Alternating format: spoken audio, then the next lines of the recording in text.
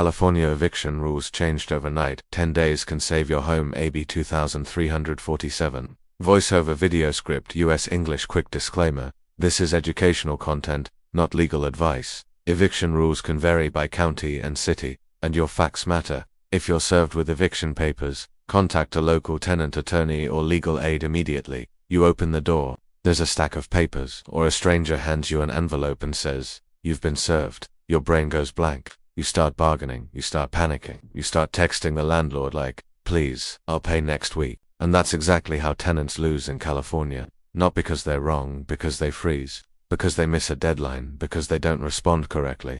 But here's what changed. In California, the eviction response timeline got bigger starting 2025. That means you may have more time to respond to an eviction lawsuit, and those extra days can be the difference between getting help or getting locked out by default.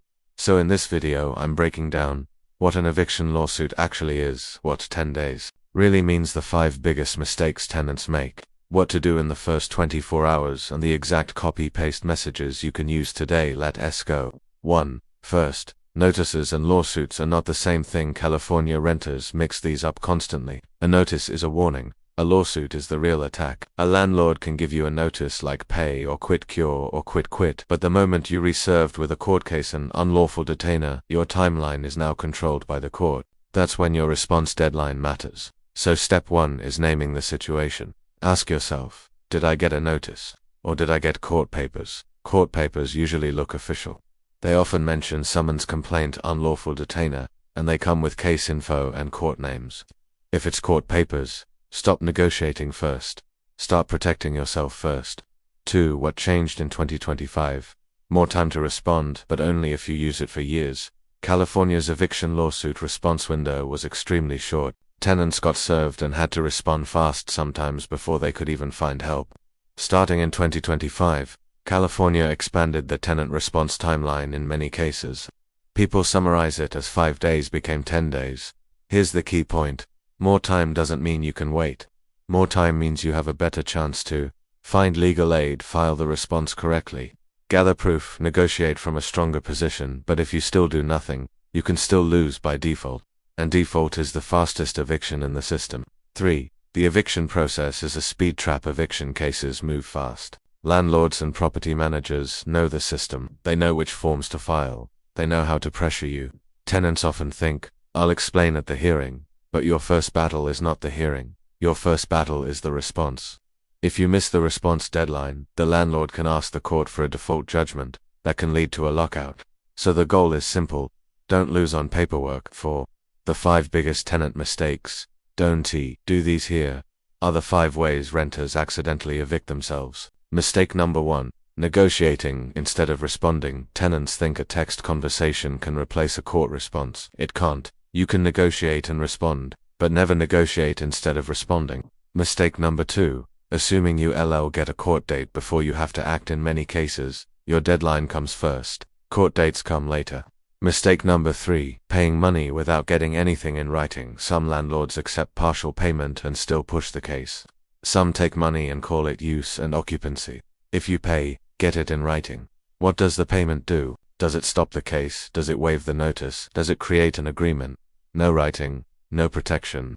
Mistake number 4. Not collecting proof immediately. Tenants wait until week 2 to find receipts. Then their bank portal won't show it. Then their screenshots are gone. Then their roommate has the emails. Proof should be captured in the first 24 hours. Mistake #5. Thinking I am clearly right means the system will protect you in eviction court. Being right is not enough. You must be right and timely and documented. 5. Your first 24 hours after being served. The exact checklist. If you do nothing else, do this. Step 1. Photograph everything you were served, every page, front and back, any envelope, any proof of service. Step 2. Write down how you got served, a date, time, where, who handed it to you. Was it posted? Was it mailed? Was it left with someone? Service details matter. If service was defective, it can become a defense or buy time. Step 3. Build a folder called Eviction Proof. Put in lease and addendums, every rent payment receipt, bank statements showing rent paid, repair requests and photos, landlord texts, emails, notices you received, any proof of habitability issues. Step 4. Pull your rent payment history if you paid online. Screenshot the confirmation. If you paid by bank transfer, screenshot the transaction. If you paid by check, find a photo or bank image. Step 5. Pull your repair timeline. If you ever requested repairs, mold, leaks, pests, no heat, gather it. Habitability defenses are built on timelines. Step 6. Call legal aid immediately. Do not wait until day 9. Call day 1. Leave messages. Submit online intake. Try multiple organizations. Step 7. Do not move out in panic. Moving out too early can weaken your leverage. It can also create confusion about possession. If you plan to move strategically, not emotionally. 6. The 3 most common eviction claims and how tenants should think about them. Most eviction lawsuits fall into a few patterns. A non-payment of rent. This is the number 1. Landlords claim you didn't pay. Tenant move. Don't argue first. Prove first. Collect receipts, screenshots, bank records, confirmation, emails, ledger statements. If your landlord refused payment or your portal was broken, document that too. Screenshots of errors matter.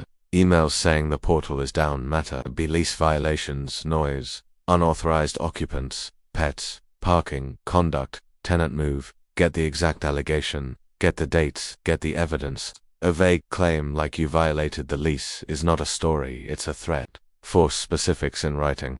See habitability and retaliation situations. This is the ugly one. You report mold, they ignore it. Then suddenly you're a problem tenant. Then notices start. Tenant move. Make your repair requests written, attach photos, keep dates, save everything. Retaliation is hard to prove without a timeline. Your timeline is your armor. 7. The truth about 10 days. What renters should do with the extra time. If you truly have more time to respond in your case, use it like this.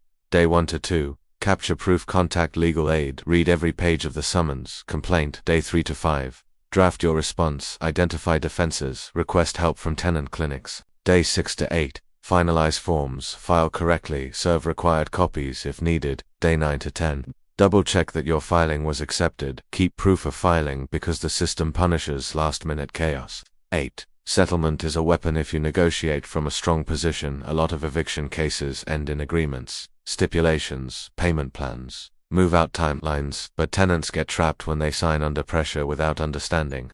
If you negotiate with structure. Everything in writing, specific dates, specific amounts, clear language. Does it dismiss the case? Clear language. Will there be a judgment? Clear language. Does it show on your record? You are not just negotiating rent, you are negotiating your future housing options. 9. Dan T. Get tricked by partial payment pressure. Some landlords say, pay $500 today and we'll work with you. Then they cash it, then they still pursue eviction. If you pay, you need a written confirmation of what that payment means. Copy-paste line. I'm willing to make a payment. Please confirm in writing whether this payment stops or dismisses the eviction case and the terms of any agreement. No confirmation, no payment, because cash without protection is a donation. 10. The most powerful thing in eviction court is boring.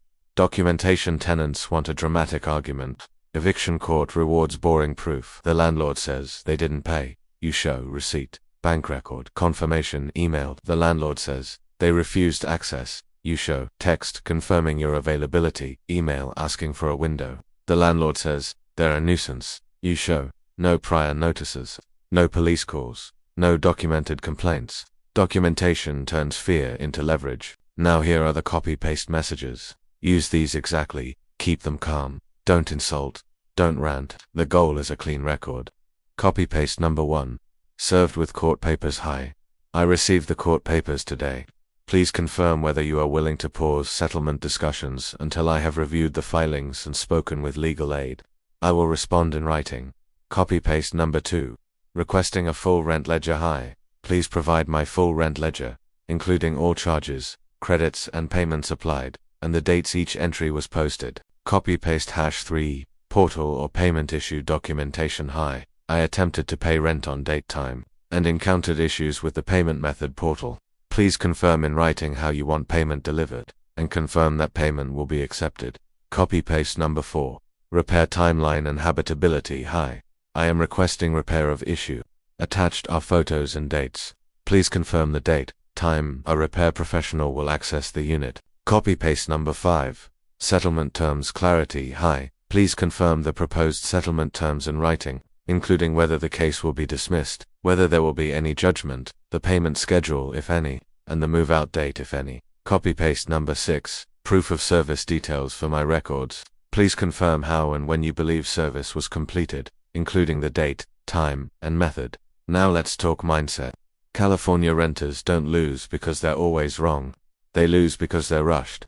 Because they believe a conversation replaces a court response. Because they don't know the system is a speed trap. So your goal is not to panic. Your goal is to slow it down with proof. If you're served, do 3 things immediately. 1. Capture everything. 2. Call legal aid. 3. Respond correctly and on time.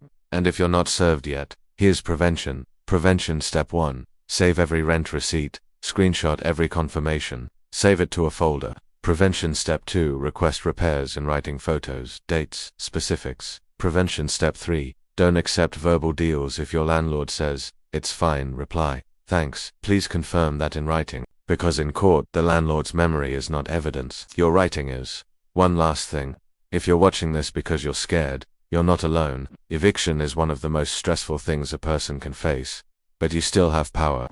Power looks like your receipts, your timeline, your photos, your written requests, your filed response. If this video helped, follow for more California tenant survival content. Comment your county and I'll cover local eviction quirks next. And share this with a renter who needs it because landlords count on tenants not knowing the deadlines. Knowledge changes that.